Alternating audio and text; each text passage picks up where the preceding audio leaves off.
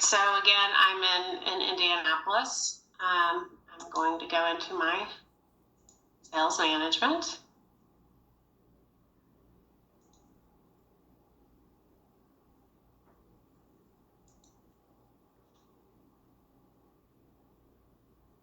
Maybe.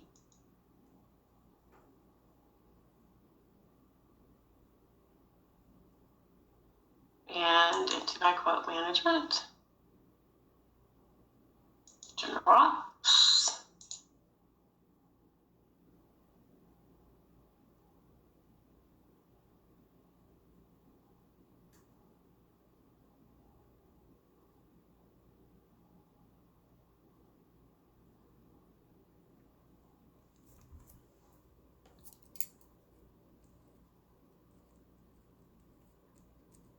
I haven't been in B much today, so I think it's feeling neglected or something.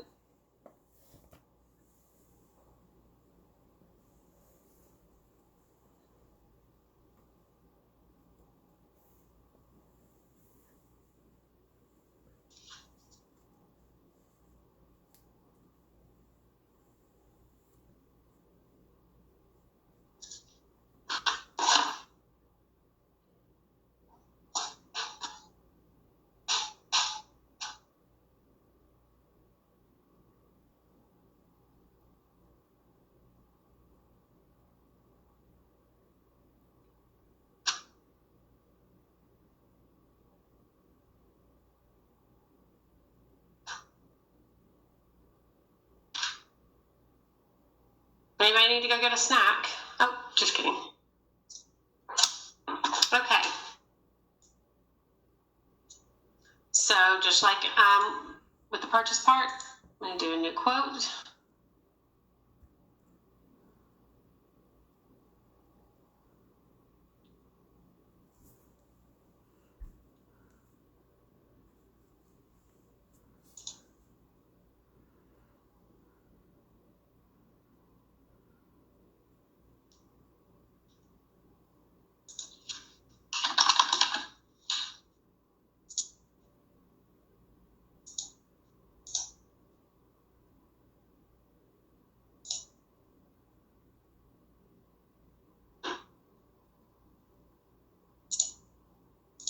Fill in that.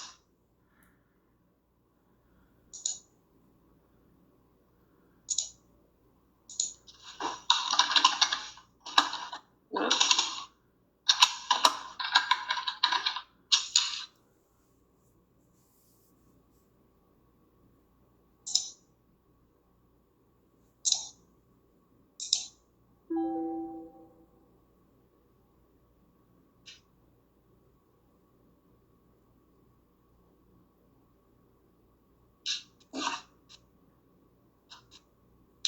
All right. I'm going to go to my header to put my dates.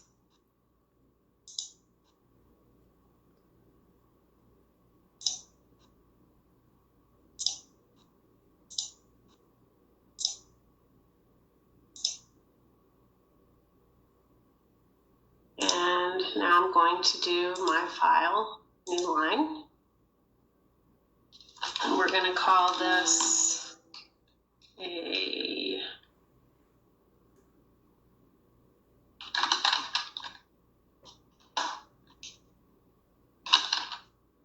So one thing when you're doing manufactured parts, it does require a revision. That's what this little box here is for. You can use alpha or you can use numeric. I'm going to do 1.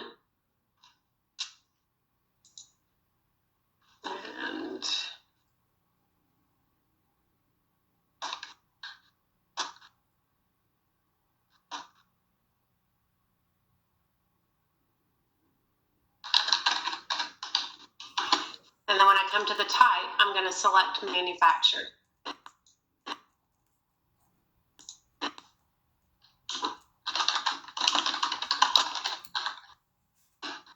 Put my lead time. My product group is material still. I'm going to do 1,500 of these at $225. expected quantity.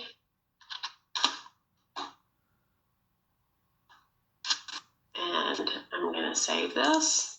And like I said a minute ago, if you had done a project, you know, created a manual project, I could put that project ID right here, and the system wouldn't spin another one. It would know that that project exists, and it would relate this quote to that. So now I want to build out my bill of materials and add my operations. So just like with a purchase part, I'm going to click onto the manufacturing tab, and I'm going to right click on the materials and say add material. So here I'm going to say that this is the line box, and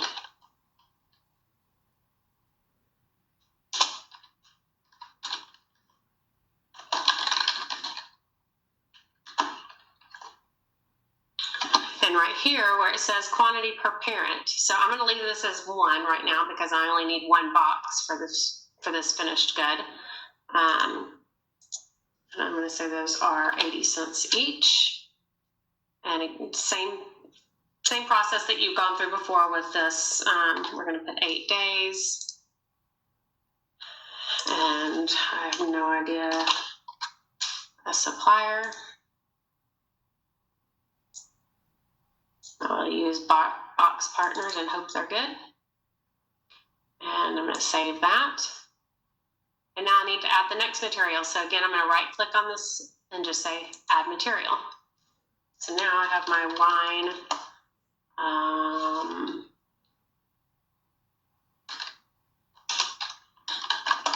die cut foam.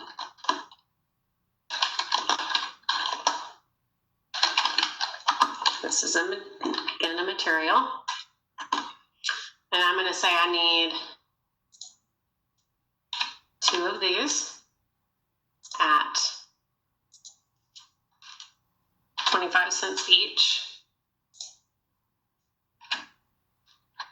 Say 5 days.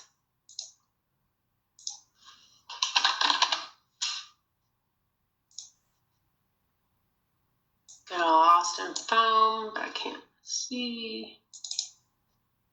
I'm going to save this. And then I'm going to say I need, let's do some bubble.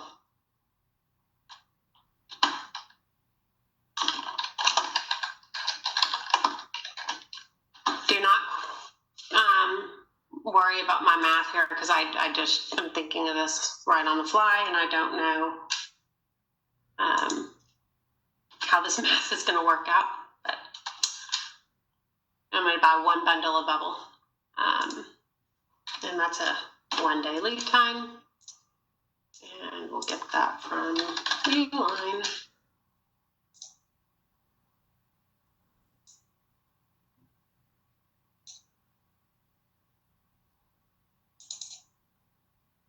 All right, so those are the materials that I need to purchase to make my finished good. In order to do my the operation, the steps that it takes to put these things together, I'm going to right click on this operation and I'm going to say add subcontract operation. And I'm going to say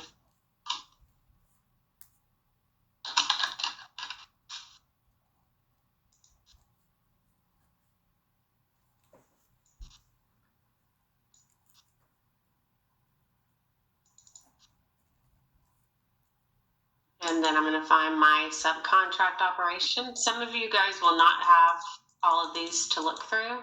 You might just have 2 or might just have 1. And the run quantity is 1,500.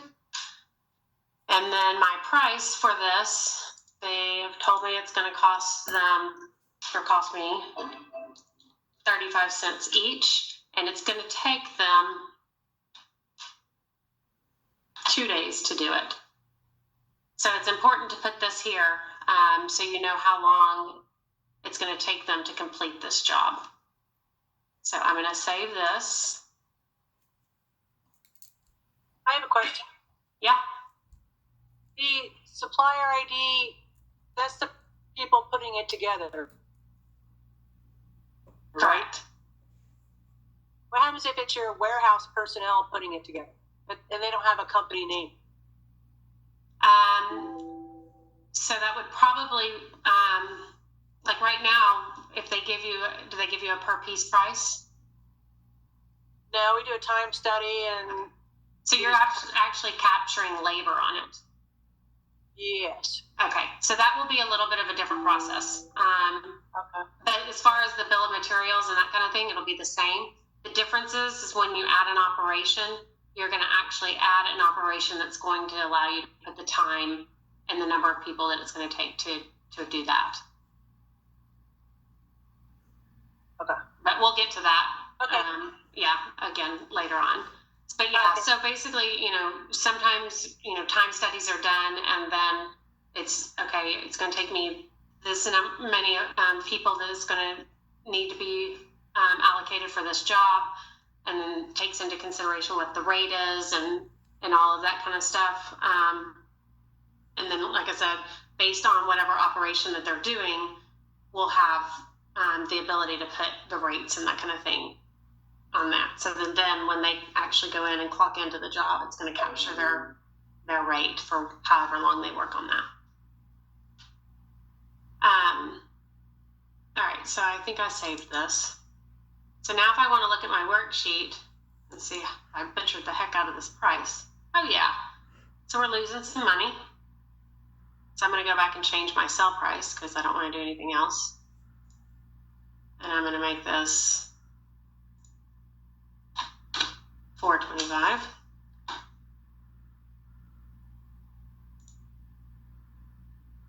And let's see what that looks like. All right, that's a little better. All right, so I believe that this is all good.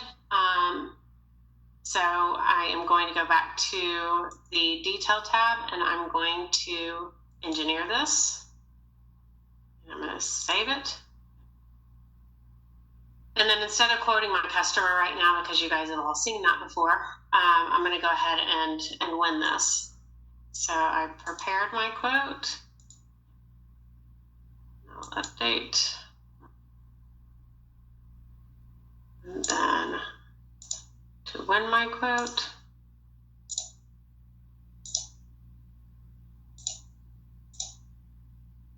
And update. I have a question. Sure. I just want to go on top of Lynn's question, just make sure I understand. So the operations is not an attached Stephen Gould warehouse with labor. This would be like a third-party source putting our stuff together? Yeah, so I mean, not everybody has an attached warehouse. And even some that do right now, they don't necessarily. I know that like the labor is being captured because you get bills from those agencies and that kind of stuff of how much each person worked or whatever. And that's what we will do when we actually show you guys the labor and them being able to clock into the job, and it captures how much time they spend on the job, and then based on how many units are finished during that shift or whatever that time that they're on the job, then it'll allocate and actually put the cost onto the job based on the number of units that were finished and what their rate is. So you wouldn't have this subcontract PO. Okay, so we would never, this process that you're doing right now under operations, we would never put our staffing company. No. Okay.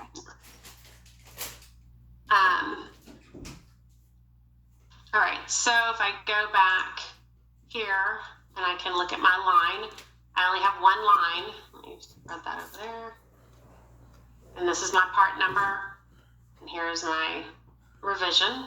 And then if I look at my manufacturing now, I can see that these parts have all been created. And just like, with anything else with the purchased part, I have my project ID as well. So now I'm going to go and create my sales order.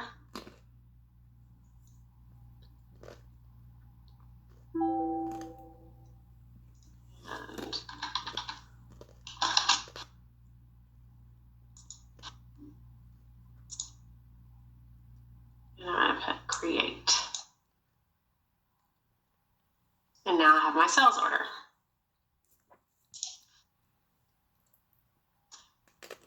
So if I want to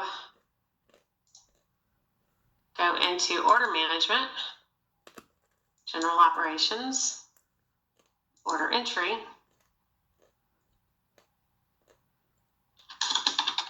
Is that right? I should have paid more attention to that number. Okay. So here I've got my sales order. I want to make sure that I've got my dates. Need by and ship by dates are here. And my project ID is here. I'm actually going to go ahead and just open up the project tracker real quick to show you guys.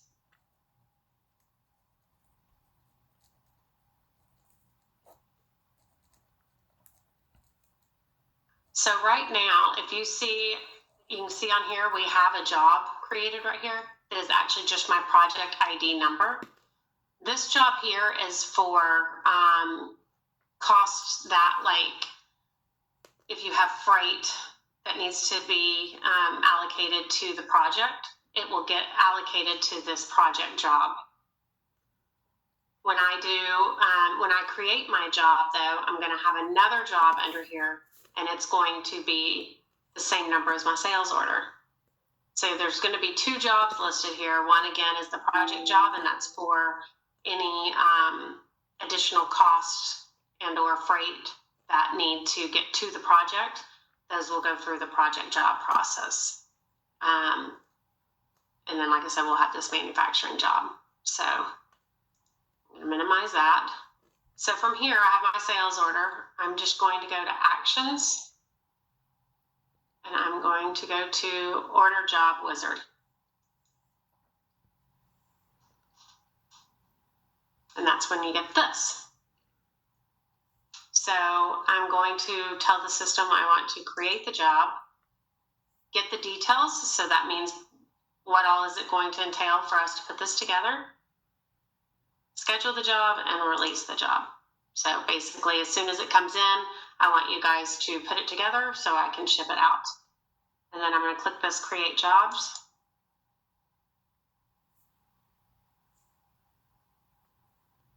And here's my job number. So if you notice, this is the same number as my sales order. This job is for one line and one release. So I can right click in here and do open with, and I can go into my job.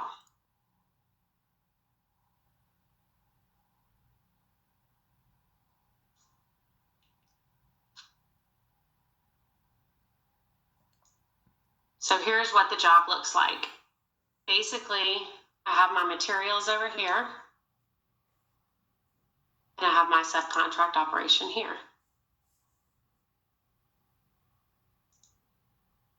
So again, here's my materials. This is my printed box, the required quantity, and my cost. I go to the next one. Here's my required quantity because it's 2 per, and my cost. And my third one is my 1 roll of bubble and my cost.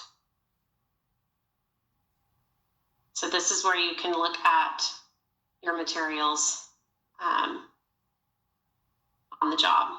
There's other places that you can look at it too.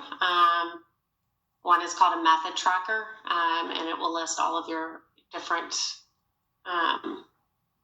it'll list all the parts and the operation as well. So that is what the job entry part looks like. So when you do it from the order job wizard, it's taking into account what days that you said. So I told the system that it took my people 2 days to get this done.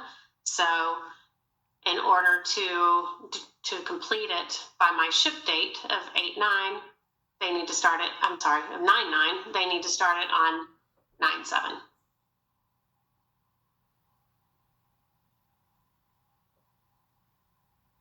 Any questions?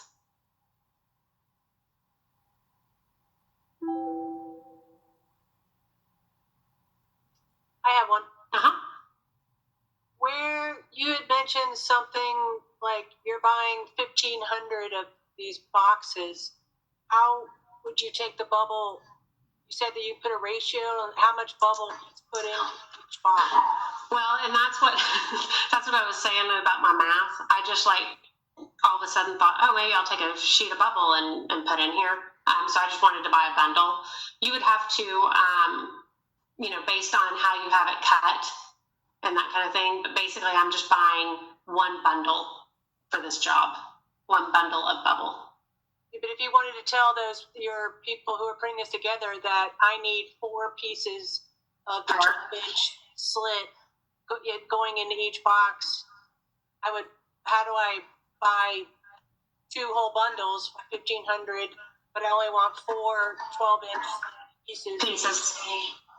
So I could have put, when I was in my quote, I still have it open, yes.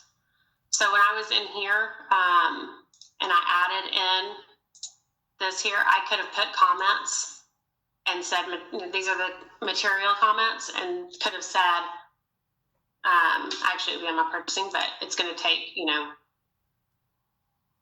12 or 4 pieces, 12-inch pieces. And I could put that also on my operation. So you have comment area on everything. So if I put it on my I'm sorry? So in order to get your per piece price, you would have to put all your costs on there and then divide it to the amount of pieces that you made out of it. Well, if I knew, like I said, I didn't give much thought to the bubble piece of it. But if I knew, all right, so one log is cut, 12 and perfect at 12. And then I could figure out based on how many feet it is, how many I'd be able to yield off of one roll or one bundle, then I could do that calculation. I just didn't do it on the whim like this. But you could absolutely, if you knew that, you were going to take a 125-foot roll of bubble, have it cut, cut in 4s and perfed every 12 because you knew how many you were actually going to need. I'm not a mathematic genius, but so 4 times 1,500 or whatever, then my quantity per parent would be 4 here. Because I need 4 12-inch sheets. And then would that take that roll of bubble and divide it by 4? And would you be able to get your per piece price, knowing that you had 4 pieces of bubble, 1 box? And you would have to do you'd have to do the calculations as far as, all right, bubble was probably not my greatest example, but yeah, if I put a quantity per parent of 4, then I'd have to know how much one of those 12-inch sheets would be. Right. Yeah. Oh, and then you have to put that, so we'd have to figure that out in order to input that into it. Correct. For something like that, something that starts off as, something else, if you will, unless now maybe they do stock bubble that's cut that way.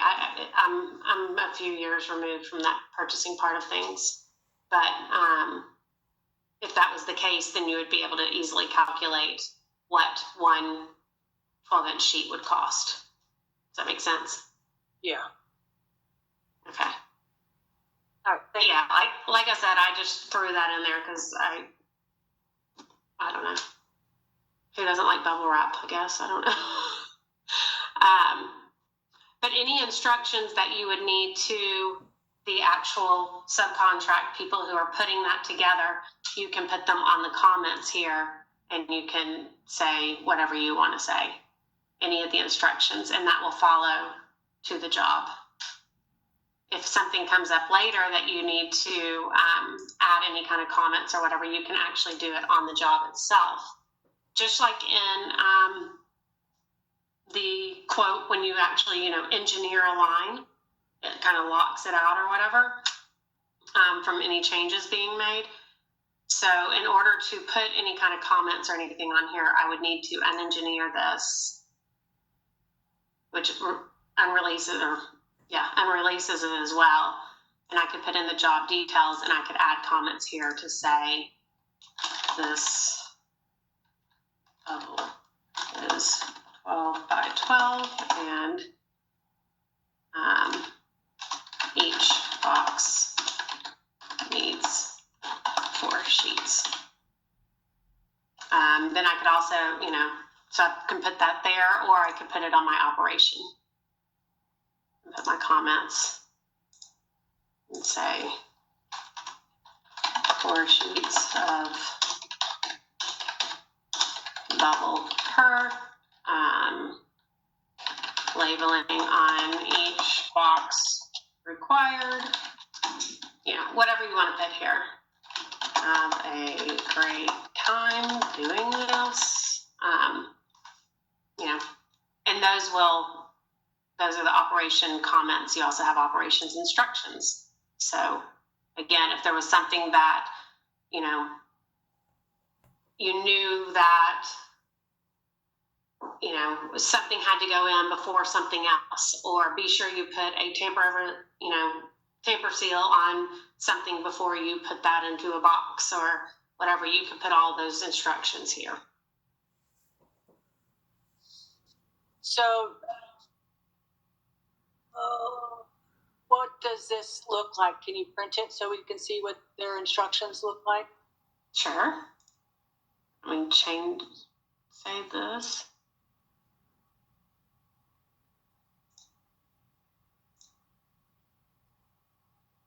Let's see, so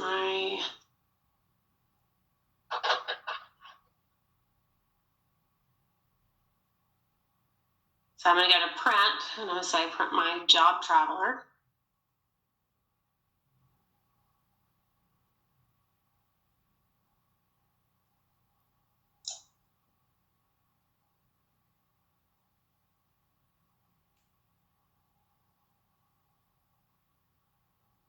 And print preview.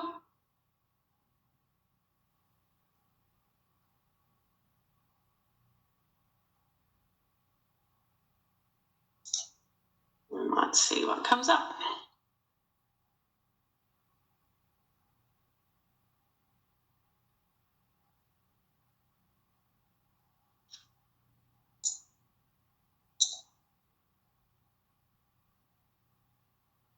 Let's see if I can.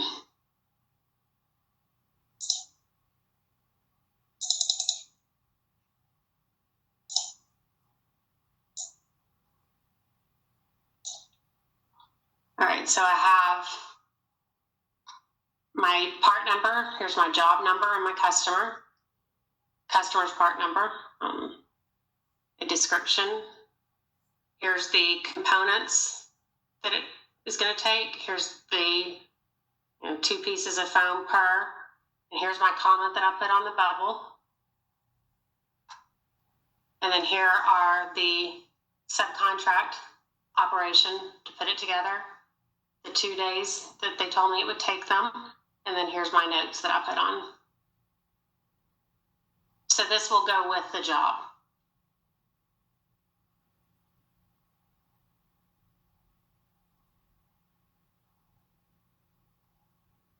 So the job traveler also, even when we go over the jobs that are actually capturing labor and that kind of stuff, you'll still have a job traveler.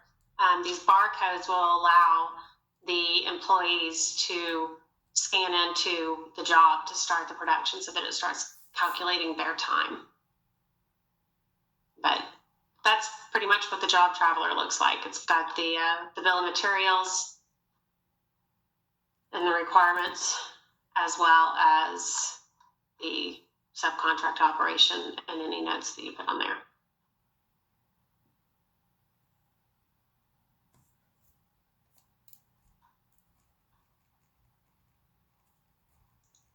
So if I go back now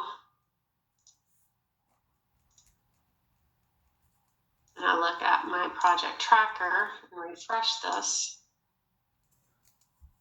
now as you can see, I have two jobs. I have my project job that we started with, and I have my manufacturing job here.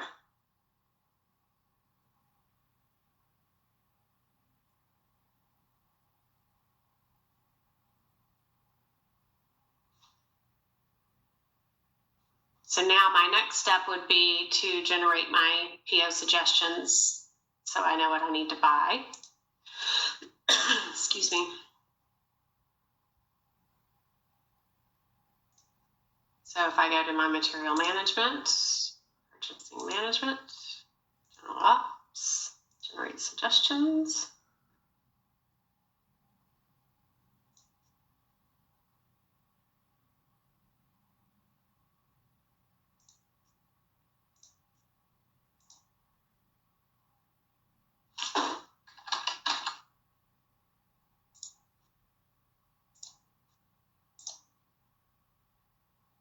And process that.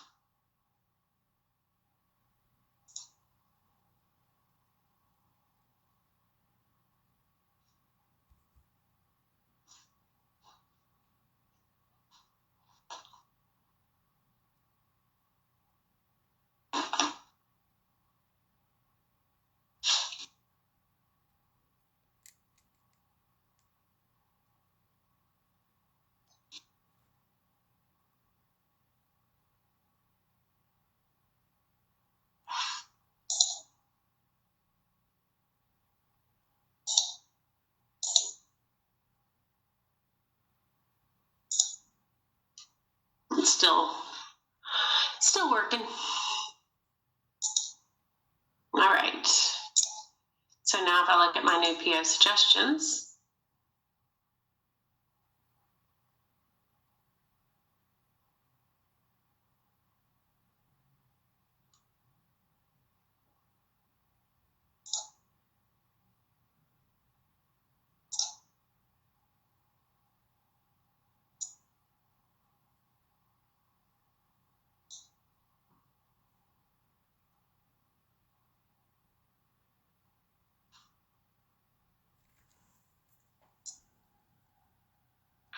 well, they aren't there. Isn't that fun?